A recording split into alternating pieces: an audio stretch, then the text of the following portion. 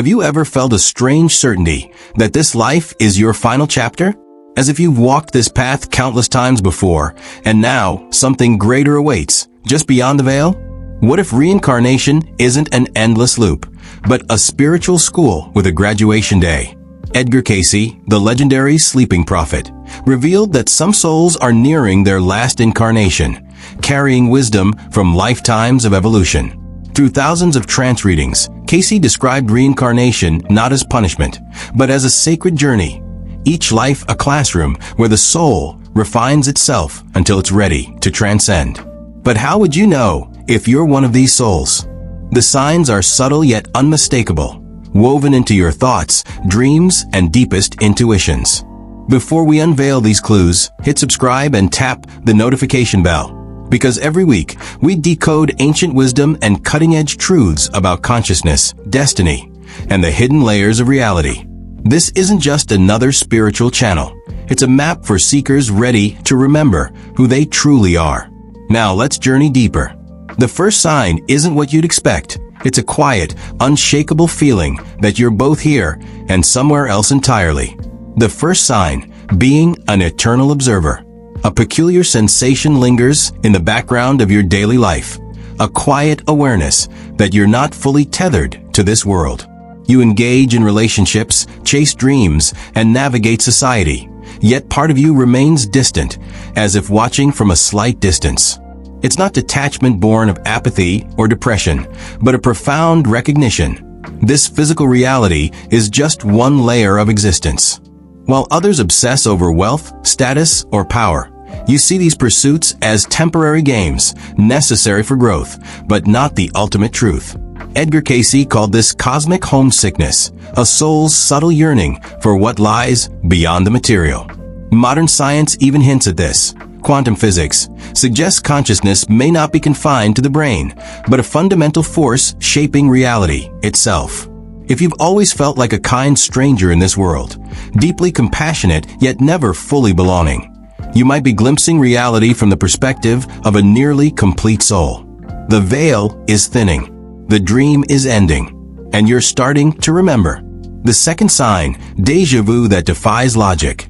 Have you ever experienced a moment of déjà vu so vivid, so electric, that it stopped you in your tracks? Not just a fleeting sense of familiarity, but a full-bodied knowing, as if you've lived this exact scene before, down to the smallest detail. For souls nearing their final incarnation, these aren't random glitches. They're memories bleeding through from other timelines. Edgar Cayce described this phenomenon in his readings as past life echoes, moments when the boundaries between incarnations grow thin, allowing fragments of other selves to shimmer into awareness. You might walk into a city you've never visited and know its alleyways by heart, or meet a stranger and feel an instant recognition deeper than any logical explanation. Quantum physics now suggests that time isn't linear. All moments exist simultaneously. If that's true, then your past lives aren't behind you. They're happening now, in parallel dimensions of your infinite soul. These flashes of déjà vu, they're not malfunctions. They're reminders, clues that you're on the verge of waking up from the illusion of separation entirely. The third sign, a radical peace with death. For most people, mortality triggers a primal terror, an instinctive recoiling from the unknown. But if you're completing your final cycle, you may notice something unusual. When you think of death, there's no chill down your spine, no racing heartbeat, just a quiet certainty, like remembering a long-forgotten truth. This isn't resignation, it's recognition. Edgar Cayce explained that advanced souls carry subtle memories of previous deaths, not as traumatic endings, but as transitions between states of being. You've done this before, many times, and somewhere in your cellular wisdom, you know the secret. What we call death is merely stepping through a doorway into vaster realms of existence. This awareness changes everything. When the fear of dying dissolves, you stop clinging to experiences or possessions. Life becomes not a desperate scramble for security, but a series of moments to be fully inhabited, each one complete in itself. You begin living not from terror, but from gratitude. And that shift alone may be the clearest sign that you're nearing the finish line of Earth's grand curriculum. The fourth sign, synchronicities that shatter coincidence. What if the universe has been whispering to you through seemingly random events? Not just occasional coincidences, but a constant chorus of meaningful connections that defy statistical odds. The song that plays exactly when you need to hear its lyrics. The stranger who mentions a book that solves your deepest dilemma. The recurring numbers that appear at precisely the right moments. Edgar Cayce called these cosmic confirmations, signs that you're in alignment with your soul's highest path. Quantum physics reveals why this happens. At subatomic levels, consciousness and reality are entangled. Your thoughts don't just observe reality, they shape it. As you near your final incarnation, this relationship becomes more fluid, more conscious. The universe stops feeling like something you move through and becomes something that moves with you. These synchronicities aren't just happy accidents. They're evidence. Proof that you're no longer just a passenger in this journey, but an active co-creator of your destiny. The more you notice them, the more they multiply, until you realize there's no such thing as chance, only conversations with the divine. The fifth sign, the yendee of spiritual hunger. Most people spend lifetimes chasing fulfillment, more wealth, deeper love, and higher achievements. But if you're completing your cycle, you may notice something revolutionary happening. The desperate need for external validation has quietly dissolved. This isn't apathy, it's satiety. A profound recognition that what you've been seeking was within you all along. Edgar Cayce described this as karmic saturation, the point where your soul has gathered all the earthly experiences it requires. Goals may still arise, but they emerge from curiosity rather than lack. Relationships flourish without attachment. Creativity flows without the need for recognition. This is what enlightenment feels like in practice, not some distant mystical state, but the simple, unshakable knowing that you are already whole. Quantum theory mirrors this wisdom at fundamental levels. Everything is already connected. Your growing sense of completion isn't an illusion. It's your soul remembering its true nature before the great forgetting of incarnation began. The hunger ends when you realize you've always been home. The sixth sign, seeing behind the veil of reality. There comes a moment, perhaps while staring at a sunset or lost in mundane tasks, when the world suddenly appears different. The solidity of objects wavers. Boundaries between you and everything else grow translucent. For an instant, you perceive reality not as fixed and separate, but as a dance of energy, a shimmering projection from some deeper source. Edgar Cayce called these awareness flashes glimpses behind the curtain of Maya illusion. Modern science is catching up. Quantum physics shows that at fundamental levels, matter is 99.999% empty space. The holographic principle suggests our 3D universe might be a projection from a 2D surface. What you're experiencing isn't imagination. It's the truth breaking through your conditioned perception. 4 final cycle souls. These moments increase in frequency and duration. You begin to sense that physical reality isn't the foundation of existence, but its result. The implications are staggering. If the world is fundamentally malleable, then your consciousness isn't just observing reality. It's participating in its continuous creation. This knowledge doesn't separate you from life. It lets you engage with deeper purpose, knowing every thought and action ripples through the fabric of existence itself. The seventh sign, when the self becomes transparent.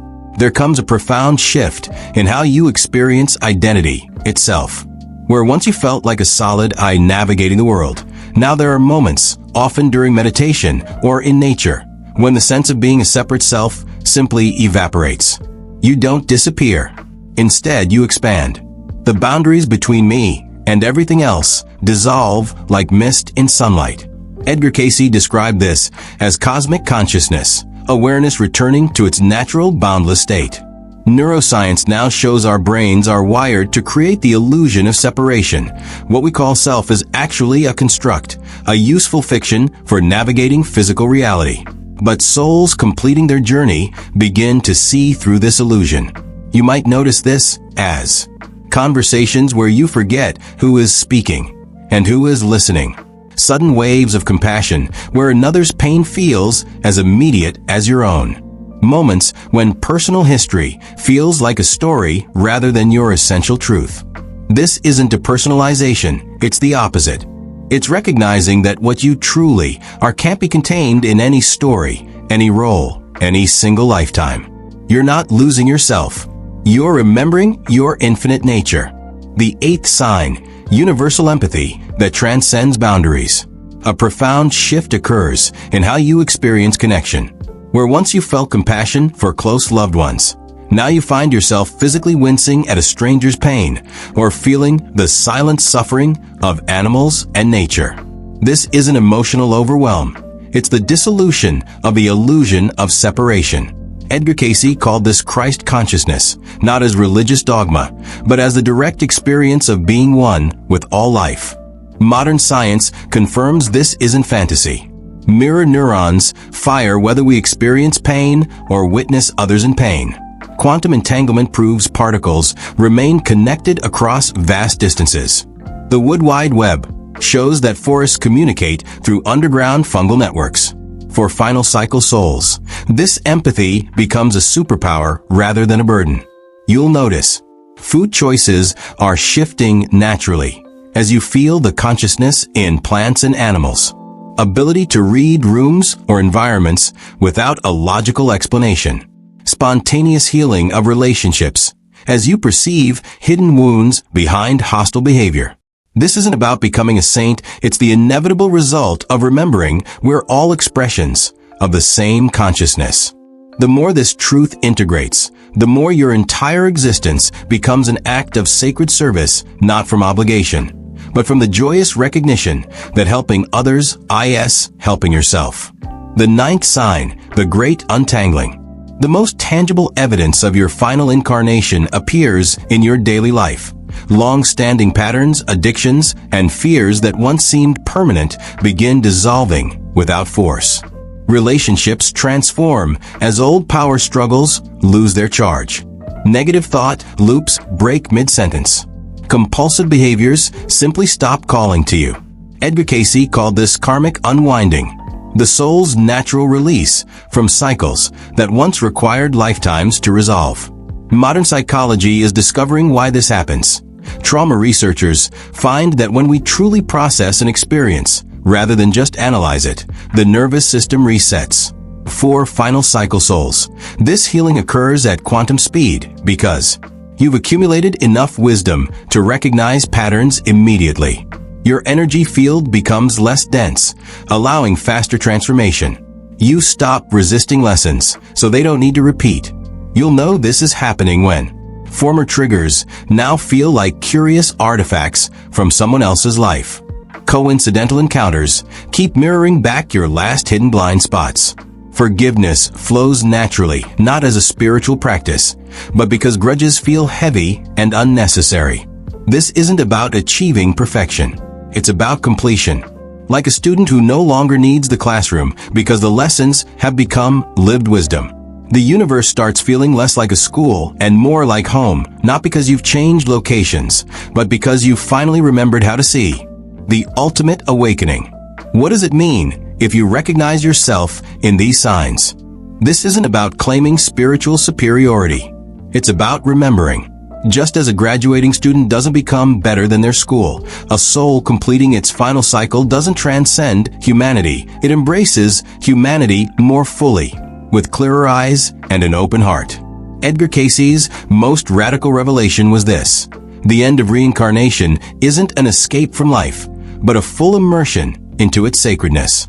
When the illusion of separation fades, every moment becomes a portal to the infinite. The cashier's smile, the rustle of leaves, the ache in your knees, all vibrate with the same divine presence that once seemed reserved for mountaintop revelations. This journey doesn't demand you abandon the world, only your limited idea of yourself within it. The 9 signs are not a checklist for enlightenment, but mirrors showing you what's already true. You are not in the universe. You are the universe experiencing itself. So look around. The synchronicities, the déjà vu, the effortless compassion. These are not random occurrences.